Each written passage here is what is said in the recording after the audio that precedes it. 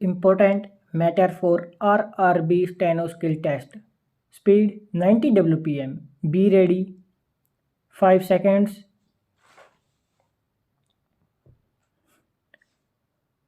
The current tariff structure of Indian Railway has led to outpricing of our services in the freight market. A review of tariff policy will be undertaken to evolve a competitive rate structure vis-a-vis other modes. Permit multi-point loading or unloading and apply differentiated tariffs to increase utilization of alternate routes. The possibility of signing long-term tariff contracts with our key freight customers using predetermined price escalation principles will be explored, which would provide predictability of revenues to Indian Railway and of costs to our customers. Inadequacy of warehousing and transportation facilities is also one of the causes that keep potential customers away from the railways. In order to complete the chain of transportation, it is proposed to develop rail side logistics parks and warehousing. These logistic parks and warehouses would be created in PPP mode to bring the required efficiency and investment, but also help attract greater traffic to the railways. With the coming in of Transport Logistics Company, the Transport Logistics Company of India, we will be witness to a paradigm shift in our role as a national logistics provider. The focus will be on providing last mile connectivity for freight business and significant reduction in logistic costs. At least 10 goods sheds will be developed by Transport Logistics Company in 2016-17. To capture the automobile traffic, we will soon inaugurate India's first rail auto hub in Chennai. This push on rail side warehousing would also encourage development of cold storage facilities on vacant land near freight terminals. Local farmers and fishermen would be given preferential usage of the facility.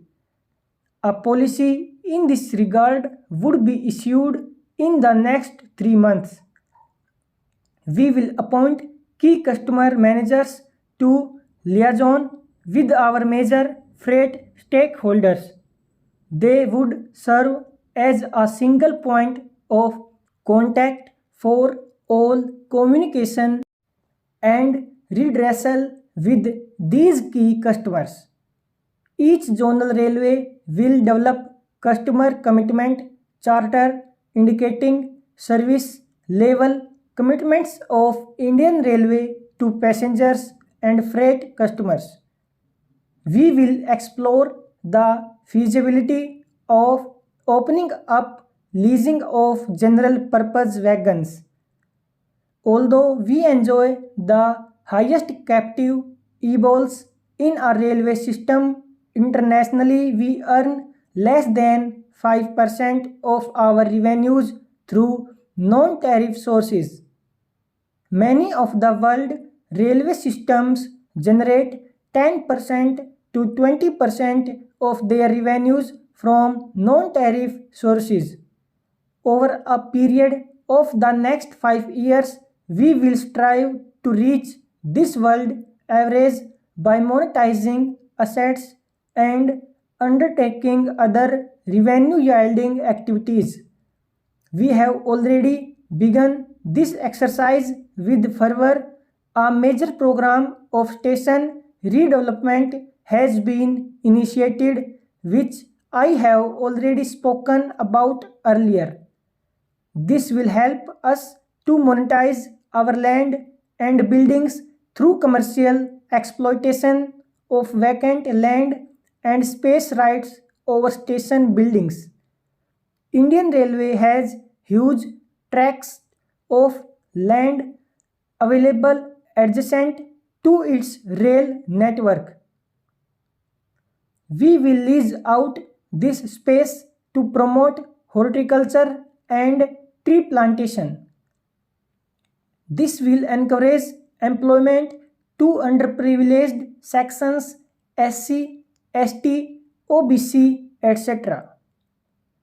Augment our food security and also prevent encroachment of railway land.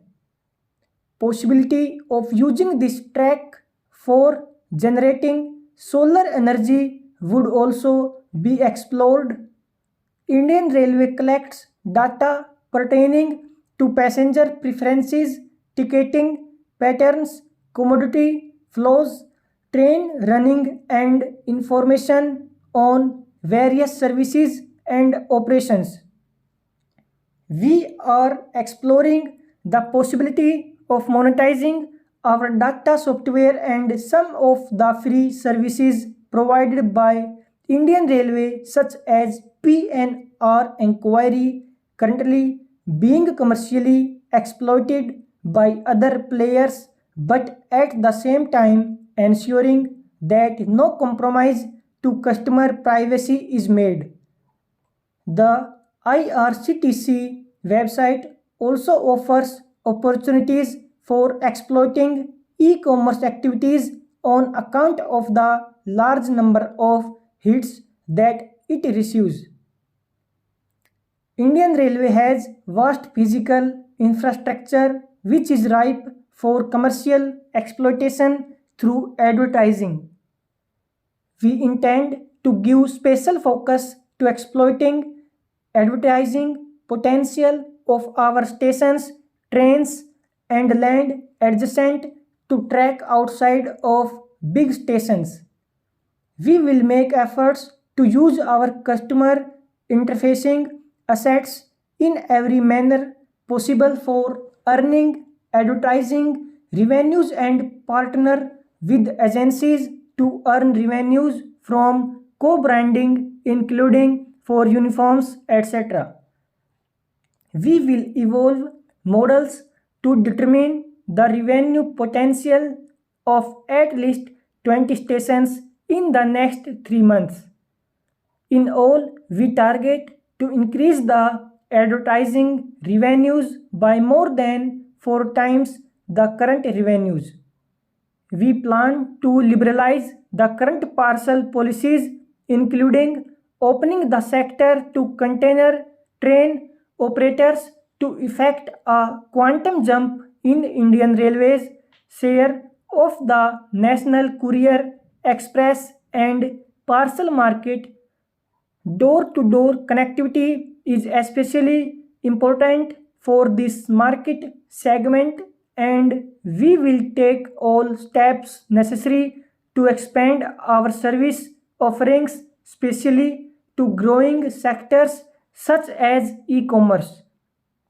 We will also initiate a pilot project for online bookings of parcel. Through increased productivity and better manufacturing practices in the production units and workshops, enough capacity can be unlocked for the railways to become a meaningful player in the domestic and international markets.